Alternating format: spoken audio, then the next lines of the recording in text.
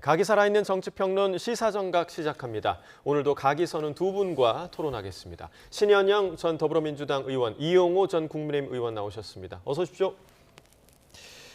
자, 민주당과 국민의힘 나란히 1박 2일 연찬회를 어제와 오늘 진행했습니다. 다가오는 9월 정기국회를 대비하고 각각 진열을 정비했는데요. 어떤 모습이었는지 영상 먼저 보시고 이야기 나누겠습니다.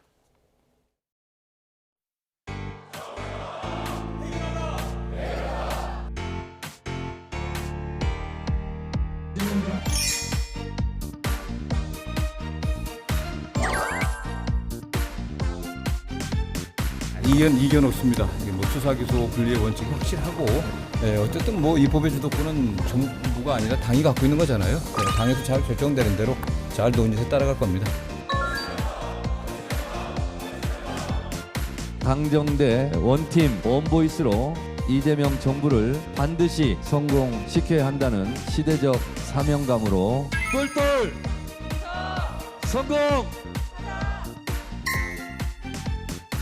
희생을 통해 혁신을 이루겠다는 다짐을 하는 그런 장이 이재명 정권과 싸우기에 전쟁터로 나가는 출정식이 되었으면 좋겠습니다.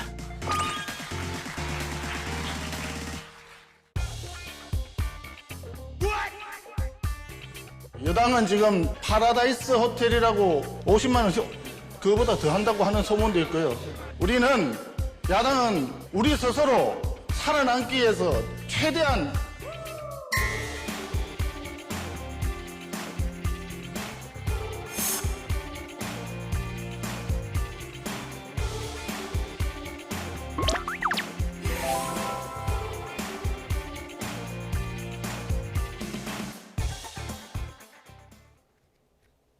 네, 연찬회 관련 영상을 함께 보셨는데 보시는 중에 지금 속보가 하나 들어왔습니다.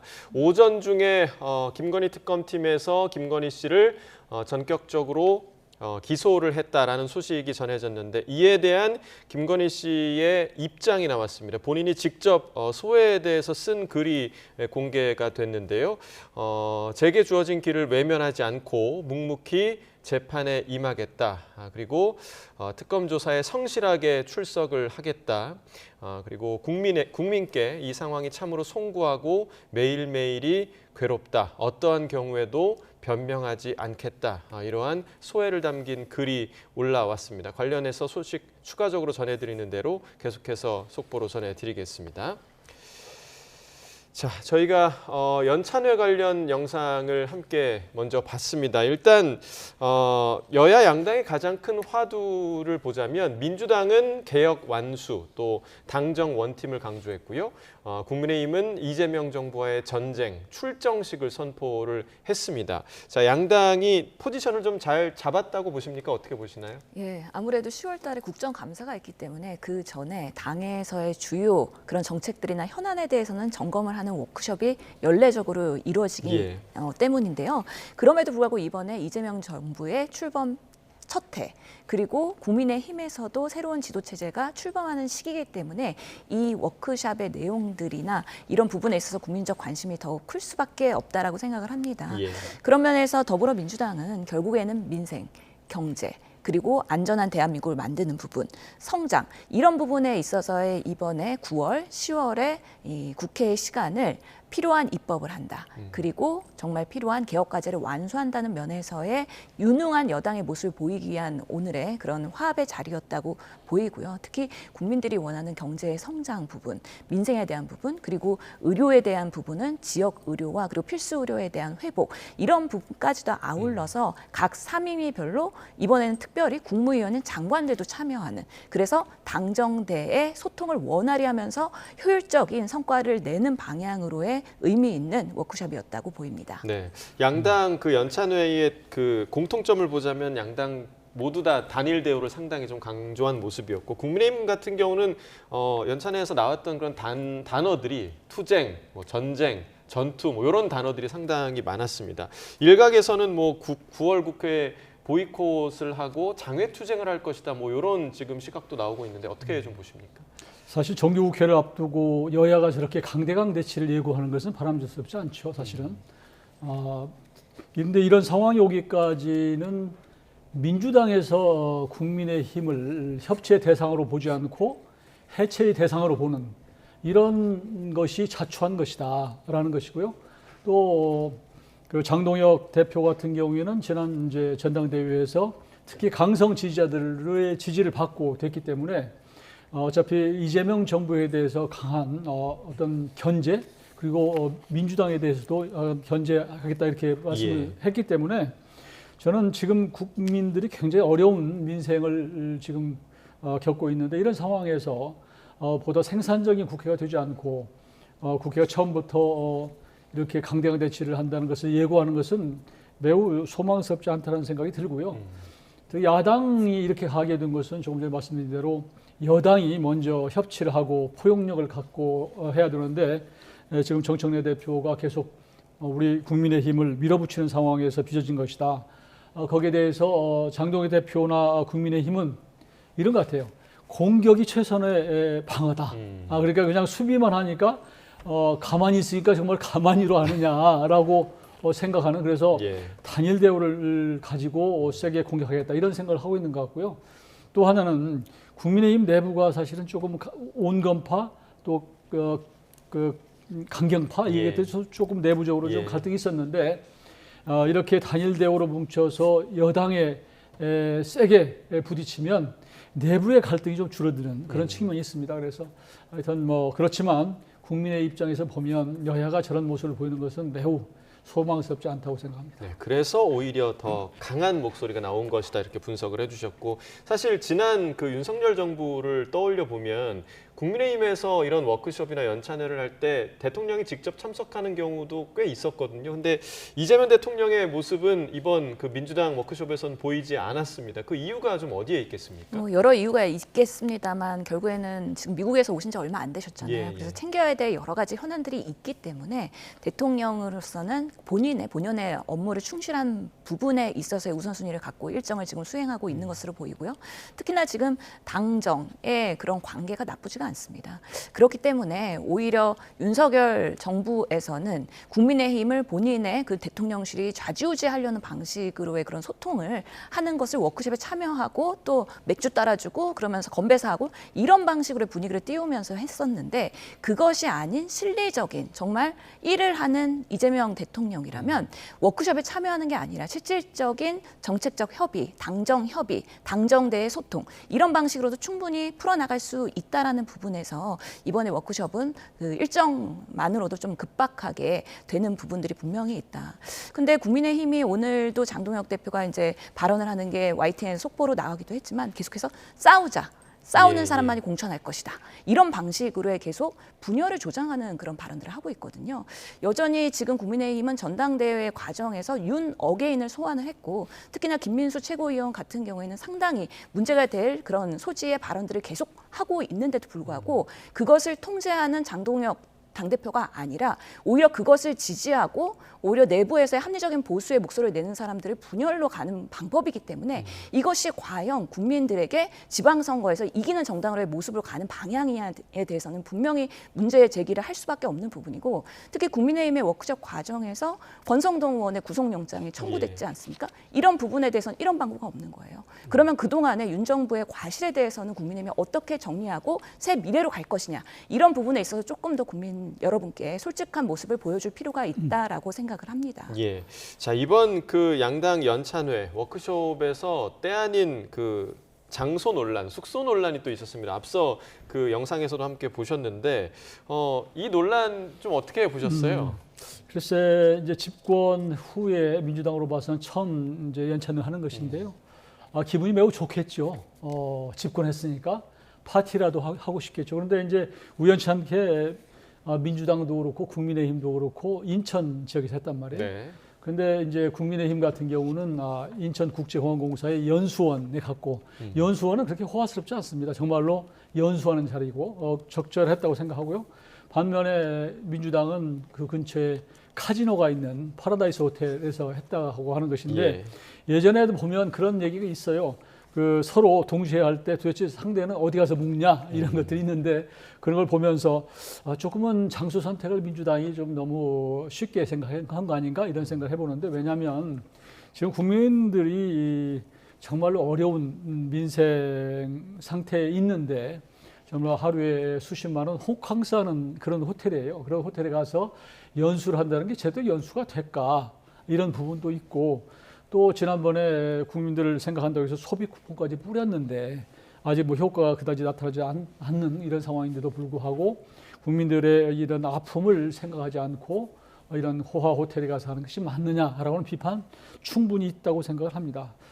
그런저런 것들이 다 이재명 대통령이 사실은 대부분 가거든요. 예전에 문재인 대통령도 갔었고 가서 자기를 뽑아준 데 대해서 고마움도 표시하고 또 국정 철학도 같이 공유하고 이런 게 필요할 텐데 예. 지금의 당정 관계가 제가 보기에는 조금 어긋나고 좀 삐걱거리는 것 같아요. 정청래 대표가 좀 독주하는 과정에서 협치를 야당과 하지 않고 이러면서 국정이 좀 부담이 되고 있다는 것이 있고 또 한 가지는 정청래 민주당과 이제 정부 간에 역할 분담이 된 것이 아닌가. 그러니까 지금 최근에 막 민주당에서 밀어붙인 노란봉투법이나 방송법이나 또 앞으로 밀어붙일 뭐 검찰개혁이나 뭐 사법개혁이라고 얘기하는 사법 장악법과 이런 것들과 관련해서 그 근처에 가서 사실 정기국회에 밀어붙일 법안을 놓고 논의하는데 대통령이 가는 게 좀 부담스러울 수 있다고 생각해요. 그래서 정청래 대표 늘 얘기하지만 싸움은 내가 하겠다.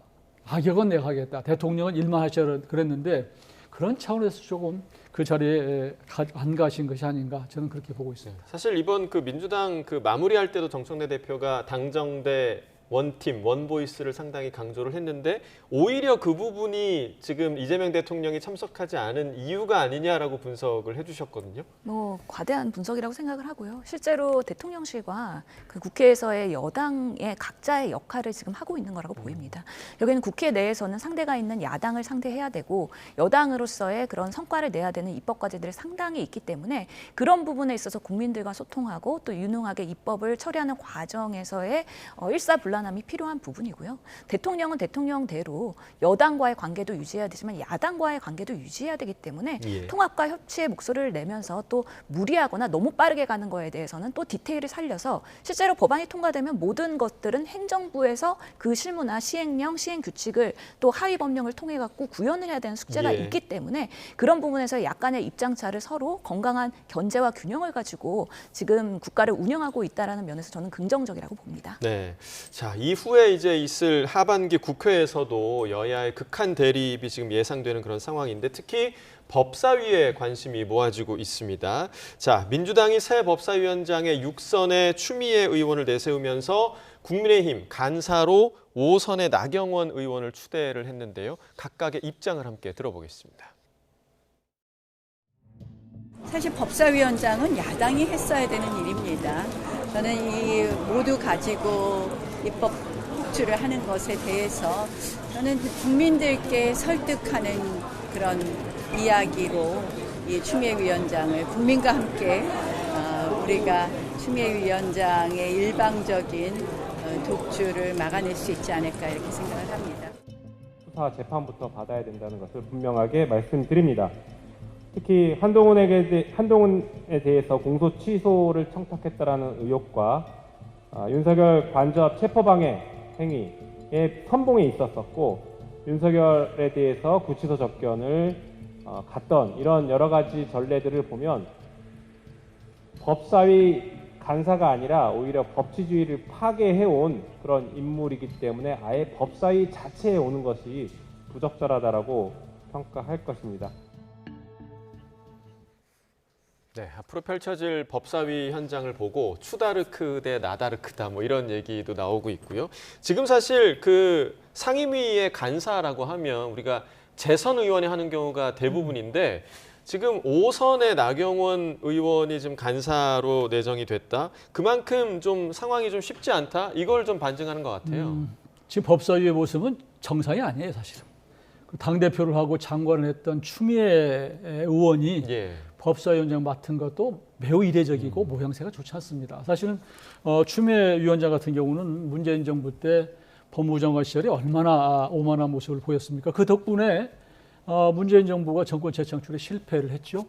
그런데 마구 자고 우면하지 않고 밀어붙이는 건 추미애 의원이 잘 하는 것 같아요. 그래서 정청래 제2의 정청래 스타일 이런 후임으로 지금 임명을 해놓은 상태고 예전에 법사위는 상원위원회라고 그래서 사실은 법률 자구 심사 정도 하고 서로 합의해서 넘기는 것들이 관행이었는데 지난 21대부터 민주당이 마구 법사위를 통해서 폭주를 했어요. 그러니까 제가 보기에는 입법을 통해서 합법적인 방법으로 오히려 삼권 분립을 무력화시키는 지금 상황이 저는 벌어지고 있다고 생각을 해요. 그러니까 보기에는 합법적인데 실제로는 삼권 분립을 흔드는 이런 일이 지금 벌어지고 있어서 다수의적 독재다 이런 비판도 받고 있는데 이런 상황에서 그러면 국민의힘은 언제까지 그냥 수수방관하고 우리 무기력하게 있을 거냐 그런 차원에서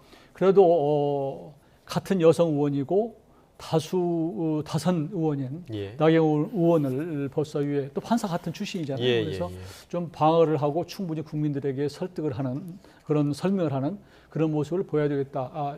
그런 차원에서 지금 이게 법사위로 파견을 한 것이다. 저는 그렇게 보고 있습니다. 네, 지금 양당에서 법사위 간사로 내정된 의원이 조금 전에 말씀드린 나경원 의원과 또 카운터파트로 김용민 의원입니다. 선수 차이가 있는데 그럼에도 김용민 의원도 지금 상당히 지금 뭐랄까요?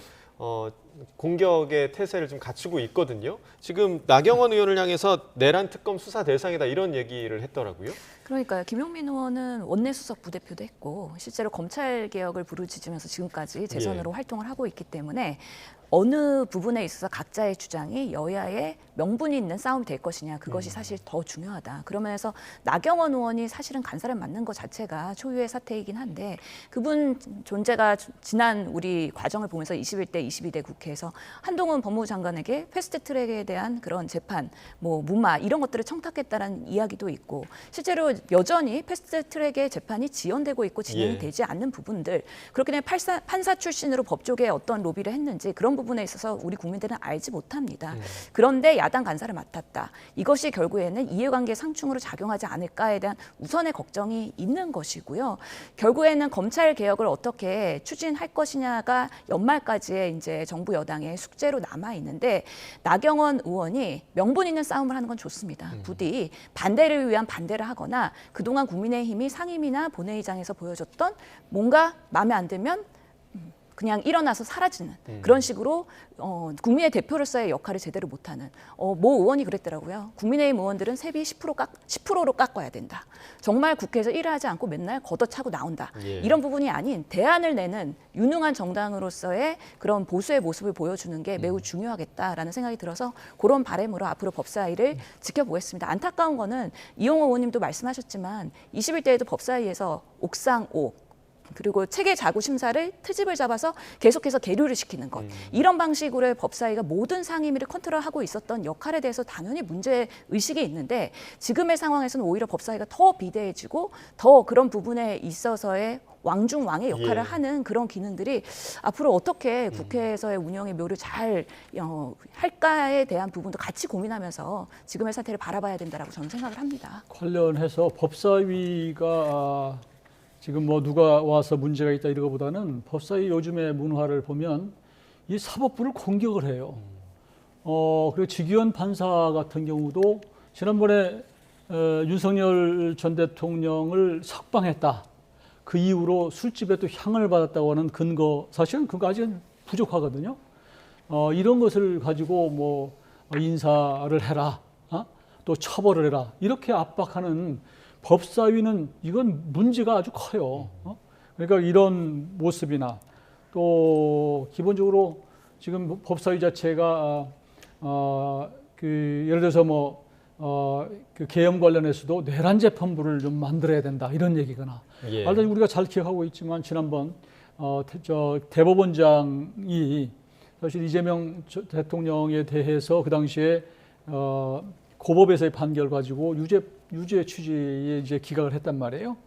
돌려보내니까 당시에 그 조 대법원장을 탄핵해야 된다. 이게 또 뭡니까? 청문해야 된다. 이런 얘기를 법사위에서 하지 않았습니까? 이건 말이 안 되는 거예요. 그래서 지금 더 중요한 것은 추다르 크든 나다르 크든 이게 중요한 게 아니고 법사위 문화를 법사위가 기본적으로 법을 만들 때 적어도 사법부를 존중하고 기본적으로 대한민국의 민주주의가 잘 갈 수 있도록 하는 국회에서의 엄정한 균형 있는 생각을 갖고 발언해야 된다. 저는 그런 문화가 더 회복하는 게 중요하다고 생각합니다. 근데 우려되는 거는 사실 예전에도 장동혁 의원이 법사위에 있을 때 본인이 이해관계 상충 때문에 법사위를 사퇴하는 모습을 보여서 아 정말 장동혁 의원이 훌륭한 의원이구나라는 생각을 했었던 과거가 있었는데요. 그때의 장동혁과 지금의 장동혁은 180도 달라진 것 같긴 하지만 나경원 의원은 정말 윤석열 대통령 그 체포영장 청구할 때부터 계속해서 관절을 막고 방해하는 행위를 했던 그런 의원이기 때문에 본인도 수사 대상에 있는 것이고 비상계엄 날에 추경호 의원이랑 대통령이랑 통화하고 나경원 의원이랑 대통령이랑 통화했다는 거 아닙니까? 그렇기 때문에 본인의 이해관계가 분명히 있어서 법사위가 이런 비상계엄과 내란에 이런 특검을 운영하는 데 있어서 방패막이로 지금 야당이 그런 역할을 할 것 같은데 그것이 과연 국민들에게 그리고 대한민국의 그런 회복의 과정에서 긍정적인지도 한번 비판적으로 바라볼 필요가 있다라고 생각을 합니다. 예, 지금 법사위가 마주할 그런 법안들이 이제 검찰 개혁 그리고 뭐 덧센 특검법 등 여러 쟁점 현안들이 있는데 이 부분에 대해서 법사위에서 또 어떤 일이 벌어질지 좀 주목해야 될 부분인 것 같고요. 자, 이런 상황 속에 여야 대표 간의 대치도 계속되고 있는 상황입니다. 장동혁 대표 어제 정청래 대표의 질문에 빵 터졌다 이렇게 대답했다는 거 저희가 전해드린 바 있는데 오늘은 민주당에서 이런 반응이 나왔습니다. 그 내용 들어보겠습니다. 우선은 질문을 보고 빵 터졌습니다. 전당대회 거치면서 여러 가지로 그 피로가 쌓였는데 웃음을 주시고 결론부터 말씀드리면 왜곡과 망상으로 점철된 정치 공세에 대해서는 굳이 제가 답할 필요가 없을 것 같습니다. 저는 장 대표님한테 좀 미안합니다만 타인의 어떤 고통이나 감정에 대해서 공감하는 능력이 전혀 없는 거 아닌가. 그런 능력이 없는 사람들을 우리 사회에서는 사이코패스라고 부르긴 합니다. 국민들이 궁금해하고 진짜 던지고 싶은 질문들 아닙니까? 그러면 여기서 답변을 못하면 말을 하지 말든지 그 엄중한 최고위원 회의 자리에서 질문 보고 빵 터졌다? 저는 이분 도대체 무슨 생각으로 그런 말씀을 하신가 되게 실망을 했습니다. 자, 한민수 당대표 비서실장이 지금 장동혁 대표가 공감 능력이 없다. 그리고 뭐 사이코패스에 또 비유를 하기도 했습니다. 지금 뭐 서로의 골이 계속해서 좀 깊어지는 것만 같아요. 한민수 의원이 이제 정청래 대표의 비서실장이니까 옹호를 한다고 해서 했는지 모르겠는데 그래도 적어도 국회의원으로서 정치인으로서 해야 될 말과 하지 말아야 될 말이 있는 것이거든요. 근데 저 워딩을 그대로 보면 장동혁 대표는 사이코패스다라는 말이에요. 이건 인격 모독이고 인신 모욕이에요. 이건 사실은 명예훼손으로 걸면 걸리는 내용입니다. 이런 얘기를 어떻게 당대표 비서실장이 이거 결국은 정청래 대표 욕먹이는 일이거든요. 그래서 저건 바람직스럽지 않다. 저도 현역 의원 있을 때 상대를 좀 공격할 때 정신적으로 좀 문제가 있는 거 아닙니까? 이런 식의 얘기를 했다가 나중에 그분한테 사과했어요. 적어도 정치가 품격이 있으려면 어휘를 골라서 써야 되는데 조금 전에 얘기한 우리 한민수 의원 같은 경우는 아주 하지 말아야 될 지금 어휘를 선택을 했고요. 제가 보기에는 공감 능력이 한민수 의원이 좀 떨어지는 것 같아요. 그렇게 말씀드리고 싶습니다. 예. 자, 이 비판에 대해서 좀 어떻게 좀 보십니까? 김태현 정치쇼 쭉 다 들어보면 마지막에도 진행자가 그래서 장동혁 대표가 사이코패스라는 건 아닌 거죠라고 확인하고서 아니다. 그래서 네 꼬르가 아니라 결국에는 공감 능력을 더 키우는 정치를 하셔라라는 거를 비유로 이렇게 된 거기 때문에 너무 일을 크게 벌리면서 이거 갖고 또 공방이 되지는 않았으면 좋겠다라는 바람이 기본적으로 있고요. 그럼에도 불구하고 민주당의 입장에서는 야당과 이제 악수도 해야 되고 협치도 해야 되는 숙제가 분명히 있지 않습니까? 새로운 지도부와 만나서 소통을 하려면 적어도 그 국민의힘이 비상계엄과 탄핵을 겪으면서 이 부분에 대해서 충분하게 국민적인 눈높이에서 진솔하게 사과할 의향이 있는지 그리고 이런 노상원 수첩에 대해서 많은 정치인들과 재계 그런 영향력 있는 사람들이 체포될 수 있는 그런 전환들이 나왔는데 그런 면에서의 국민의힘의 입장은 무엇인지 이런 부분을 파악을 하면서 정말 위헌정당의 해산의 대상인지 아니면 정말 보수가 합리적으로 나아갈 수 있는 하나의 변화와 혁신의 계기가 될 것인지 지금 장동혁 호에게 이런 질문을 하고 있는 과정이다. 그렇기 때문에 장동혁 대표도 이 부분에 대해서는 조금 더 진솔하게 얘기했으면 좋았을 텐데 사실은 얘기하기 어려울 거 아니에요. 극우의 지지를 받고서는 대표가 됐기 때문에 그분들을 사실 외면할 수 없기 때문에 이런 질문이 나올 때마다 곤란하고 그래서 그냥 퉁치고 헛웃음밖에 나오지 않는다라고 지나갈 수밖에 없는 그런 현실이 분명히 존재하는 것 같다라는 생각이 듭니다. 네, 충분히 던질 수 있는 질문이었다 이렇게 분석을 해주셨고 조금 전에 예. 그 한민수 의원의 그 발언에 대해서 진행자가 그러니까 사이코패스라는 뜻은 아니죠 이렇게 얘기한 것은 그 발언이 너무 지나치니까 수습한 거예요. 그런 말씀을 드리고 싶고 정청래 대표가 SNS에다가 뭐 5가지 공개 질의 이렇게 해서 예. 내놓았던데 좀 유치하잖아요. 그러니까 기본적으로 악수도 않겠다고 했으면 일체 연구를 바라야지 왜 간접적인 SNS를 통해서 물어봅니까? 그거 물어보려면 직접 만나서 물어보면 되는 거 아니에요? 그러니까 지금 정청래 대표가 뭔가 스탠스를 잘못 잡았는데 결국은 아쉬운 건 집권 여당 대표예요. 야당은 어차피 정부가 하는 것 비판하고 하면 되는 거예요. 근데 책임지고 국정을 해야 될 분은 이재명 대통령 그리고 그 뒷받침할 사람은 정청래 대표 아닙니까?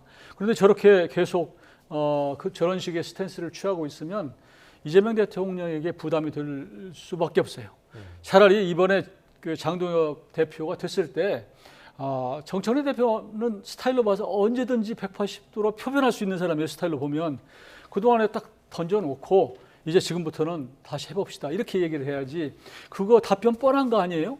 답변한다는 게 그 내용 자체가 무슨 뭐 계엄에 뭐 반대하냐 찬성하냐 무슨 뭐 OX 문제를 합니까? 이거 가지고 얼마나 장동혁 대표로 봐서는 좀 가볍게 여겼으면 저는 반응을 보였겠습니다. 저는 그래도 정청래 대표가 집권 여당의 품위를 지키고 그리고 책임감을 가지고 사실 지금이라도 야당을 설득하고 협치하는 모습 이게 결국은 국민을 위한 일이다. 저는 말씀드리고 싶습니다. 그러니까 이제 만나서 하면 될 문제다 지금 얘기를 해주셨고 사실 이 부분을 풀기 위해서 대통령실에서도 그러니까 이재명 대통령도 여야 지도부와의 회동을 지금 제안한 것으로 보이는데 또 이 부분에 대해서 야당에서는 굉장히 회의적인 시각이 있더라고요. 오히려 이런 지지율 반전을 노리는 쇼일 가능성이 있다. 이런 반응에 대해서는 좀 어떻게 보세요? 그래서 저는 만날 거라고 봅니다. 결국에는 야당 대표가 대통령을 만나서 쓴소리도 하고 또 필요한 부분에 야당의 의견을 전달하는 게 대표로서의 적절한 역할이라고 보기 때문에 예. 만약에 그런 회담 제의가 공식적으로 왔는데도 이걸 걷어찬다 그러면 야당이 할 수 있는 거는 지금 너무 그 운신의 폭이 좁은 상황이거든요. 특히나 거대 여당의 시점에서 야당은 매우 소수의 그런 역할밖에 할 수 없는 제한적인 것인데 그렇기 때문에 대통령을 만나서 본인이 어떤 메시지를 전달하느냐 그것이 장동혁의 리더십의 하나의 시험대일 것인데 실제로 극우 지지자들이나 이런 부분 왜 만나서 또 그런 분위기를 만들어주느냐 이런 비판이 분명히 있을 것 실제로 같거든요. 그 김종혁 전 최고위원이 그 얘기를 했더라고요. 오히려 극우 유튜버의 눈치를 보고 있을 것이다. 예, 그리고 김민수 최고위원도 안 만나도 된다는 방식으로 계속해서 예. 판을 깔고 있는 부분이 있는데 그런 것들을 통합하고 그럼에도 불구하고 만나서 제대로 된 야당에 견제하는 모습 이런 것들을 보여주는 것이 장동혁 리더십에서의 중요한 이번에 그런 시발점이 될 거라고 보이고요. 특히 정청래 대표가 SNS로 왜 얘기를 했느냐. 결국에는 무시하지 않고 뭔가라도 던지고 티격태격 하다 보면은 저는 클라이맥스의 절정에 달하면 갈등도 어느 순간 또 화합으로 갈 수 있는 하나의 그런 고비가 분명히 지금 진행되고 있는 거라 생각하기 때문에 이 과정들이 하나의 그런 결국에는 이재명 대통령이 초대하는 양당의 그런 대표 회담에서 좋은 또 분위기로 갈 수 있는 계기가 되지 않을까라는 생각을 합니다. 그러니까 지금은 애매한 입장이지만 결국은 만나게 될 거다. 대통령과 함께. 이 부분 어떻게 좀 전망하세요? 저도 만날이라고 봐요. 예.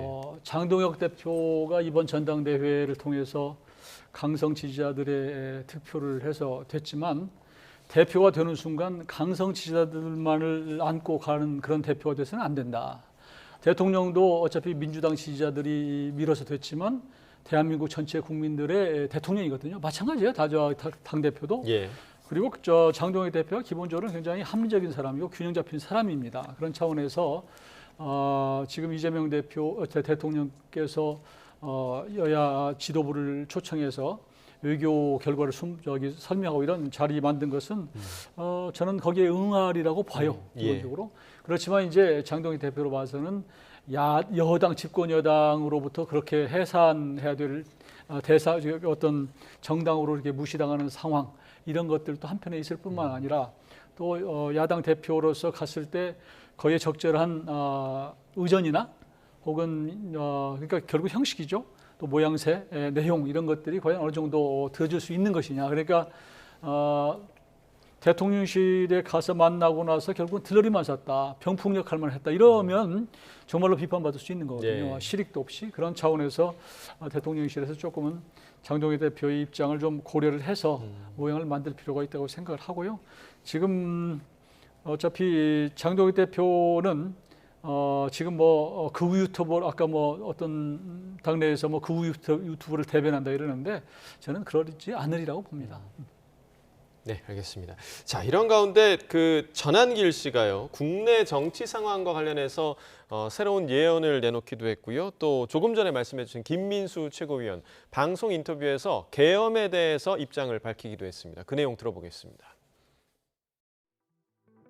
또 예언할까요? 전한길 품는 자가 내년에 지방자치단체장이 되고 전한길 품는 자가 향후 국회의원 공천받을 수 있을 겁니다. 그리고 전한길 품는 자가 다음에 대통령까지도 될 수 있을 것이다. 계엄이라는 것을 계속해서 지금 이 사건 자체가 극단적으로 어떤 국민들의 불안을 조성했느냐. 어떤 분들도 강경 진압하거나 한 사례도 없습니다. 방송국 방송 다 하고 있었어요. 예를 들어서 이걸 예전에 지금 우리 역사 속의 계엄과 계속 맞대어서 옛날의 계엄처럼 계속해서 호도해서는 안 되는 것이다라는 말씀 드리고요. 대통령의 의중은 어떤 국민도 다치게 할 의도가 없었다. 그리고 어떤 국민도 불안하게 할 의도가 없었다. 아니죠. 그것은 동의할 수 없습니다. 그 더 토론하면 안 될 것 같고요. 자, 지금 전한길 씨 상당히 자신감에 찬 모습이고 김민수 최고위원은 지금 앵커가 제지를 할 정도의 발언을 했습니다. 이 모습 좀 어떻게 보셨어요? 심각한 국민의힘의 위기가 여전히 지속되고 있다. 근데 그런 분들이 빅 스피커로 그리고 국민의힘의 주류로 지금 활동을 하고 있는 건 아니겠습니까? 그렇기 때문에 국민들과 더 멀리 가는 거고요. 대구시장 선거를 전한길 씨가 얘기했는데 대구 시민으로서는 매우 모욕적인 겁니다. 전한길 씨를 품어야지 대구시장 된다? 그거는 마치 보수가 대구를 사유하고 있다. 이런 방식으로 대구 시민을 모욕하는 것인데 실제로 지난 대선에서 대구에서 민주당의 지지율이 꽤 많이 나왔습니다. 그리고 계속해서 보수가 이런 방식으로 간다 그러면 정말 보수 지지자들 또한 외면할 것이다. 그리고 김민수 최고의 경우에는 패널들에 대해서도 정말 해당 행위처럼 발언하는 사람들에 대해서는 징계한다고 했잖아요. 본인이 나와서 저런 방식으로의 입장을 전달한다 그러면 국민의힘의 지도부 오래 가지 못할 것 같다라는 면에서 장동혁 대표가 이런 두 분을 컨트롤하지 못하면 결국에는 성공하지 못하는 그런 리더십을 보여줄 것이다라고 우려가 큽니다. 두 사람의 목소리가 지금 상당히 좀 세게 나오는 상황이거든요.